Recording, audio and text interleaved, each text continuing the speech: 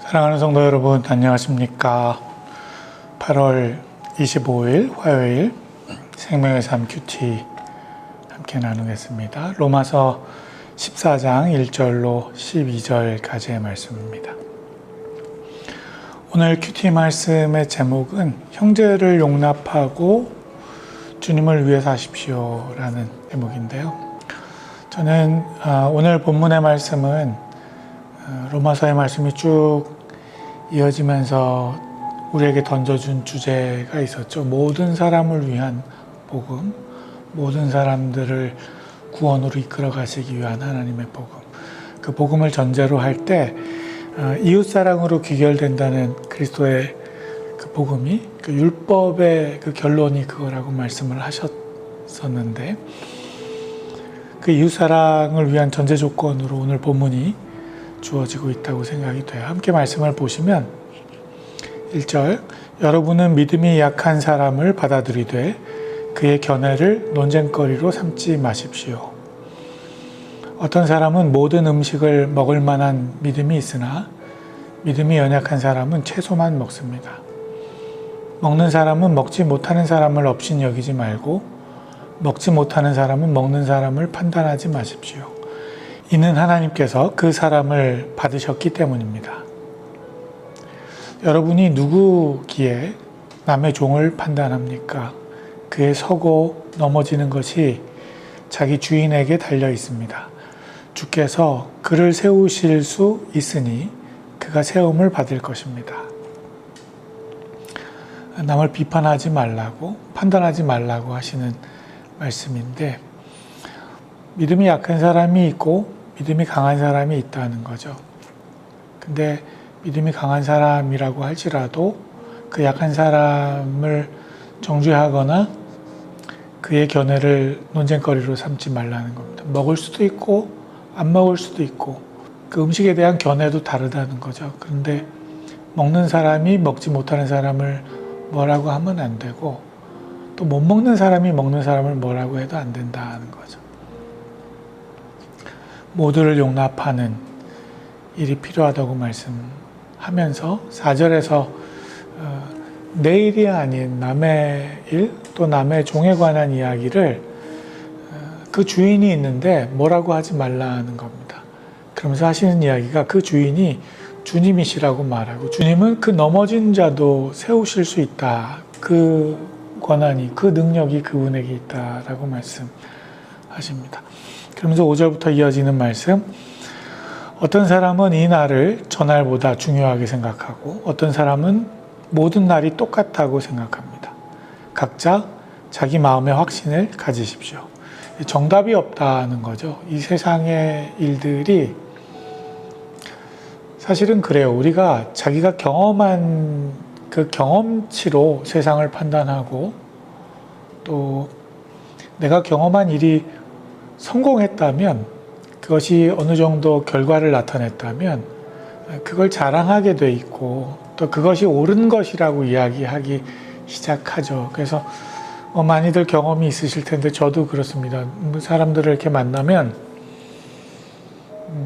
과거에 분명히 무언가 문제가 있어서 떠나온 공동체고 또 떠나온 어떤 커뮤니티라고 할지라도 거길 그리워하시는 모습들을 봐요. 그리고 그곳에서 본인이 했던 어떤 역할들, 또 기능들, 그런 것에 대해서 떠나왔음에도 불구하고 새로운 이 커뮤니티 안에서 그걸 계속 이야기하시는 분들이 계세요. 결국은 자기 경험치를 이야기하는 겁니다. 그런데 성경에서 뭐라고 이야기해요? 어떤 사람은 이 날을 전날보다 중요하게 생각하고 어떤 사람은 모든 날을 똑같이 생각한다는 겁니다. 각자 자기 마음에 확신을 가지라고. 확신 갖는 건 좋은데 그 사실은 정해진 정답은 없다고 말씀하시는 거죠.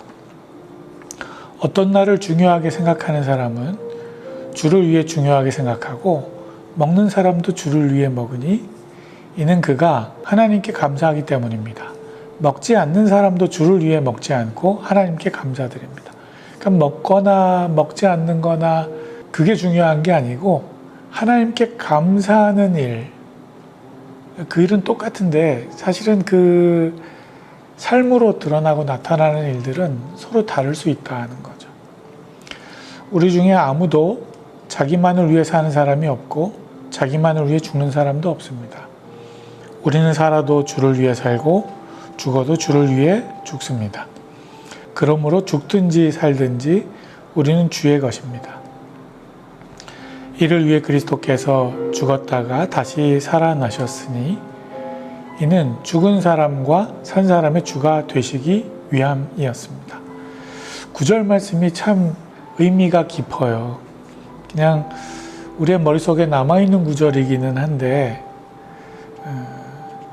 주께서 죽은 사람과 산 사람의 주가 되시기 위해서 십자가에 돌아가셨다가 살아나셨다는 거죠.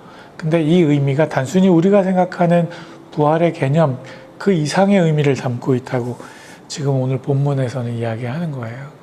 그러니까 먹든지 안 먹든지 모든 날을 중요하게 생각하든지 어떤 특별한 날을 중요하게 생각하든지 믿음이 약하든지 믿음이 강하든지 그러니까 서로 다른 우리가 서로 다르게 생각하고 우리가 서로 다르게 반응하는 그런 어떤 괴리가 있지만 그 모든 양면을 주께서 포용하고 아우르시기 위해서 죽었다가 살아났다고 말씀하시고 죽은 사람과 산 사람의 주가 되시기 위함이라고까지 말씀하신다는 겁니다. 모두를 위한 주님.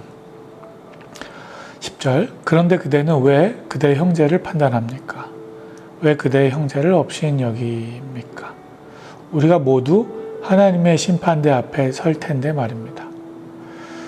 기록되기를 주께서 말씀하시기를 내가 살아있으니 모든 무릎이 내 앞에 꿇을 것이요 모든 혀가 하나님께 찬양할 것이다 라고 했습니다.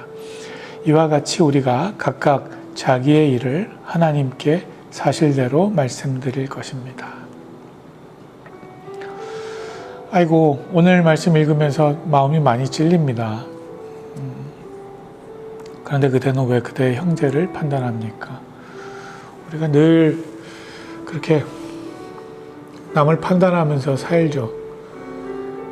코로나가 이렇게 심각하게 된 이 상황, 이제 3단계로 그 심각 단계를 또 수위 조절하느냐 마느냐 고민하고 있는 이 즈음에 이 원인이 누구에게서 왔는지, 이게 누구로부터 비롯된 일인지, 또 그런 어떤 정부의 방침과 대처에 대해서 옳고 그르니 뭐가 문제네, 우리들이 그러고 있습니다.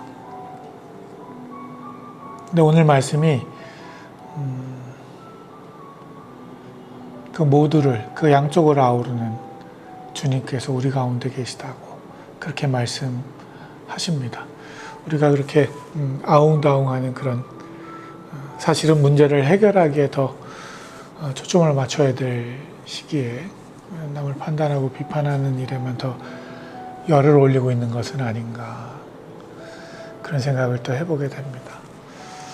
아무쪼록 말씀을 묵상하는 일을 통해서 정말 우리가 조금 더 주목하고 바라보아야 되는 일들은 뭔가, 또 우리 안에서 욕심을 내려놓고 우리의 이 아집과 고집을 좀 꺾고 다시 정신 차려야 되는 우리의 모습들을 다시 한번 또 생각해 보게 됩니다. 오늘 많이 덥다고 하고요. 근데 또 내일부터 남쪽에서 올라오고 있는 바비라고 하던가요? 그 태풍의 영향권 아래 또 들어가게 된다고 하는데 모쪼록 어려움 없도록 좀 최소화시킬 수 있도록 기도하고 또 우리 스스로도 좀 준비하고 서로 각성하고 그래야 될 것 같습니다. 주님께서 우리들에게 형제들을 용납하고 주님을 위해서 살아가라고 말씀하시는 이 명령이 오늘 하루도 우리에게 힘이 되어지는 말씀, 또 우리를 다스리는 말씀 될 수 있기를 소망합니다. 감사합니다. 오늘도 우리 모두 화이팅 하십시다.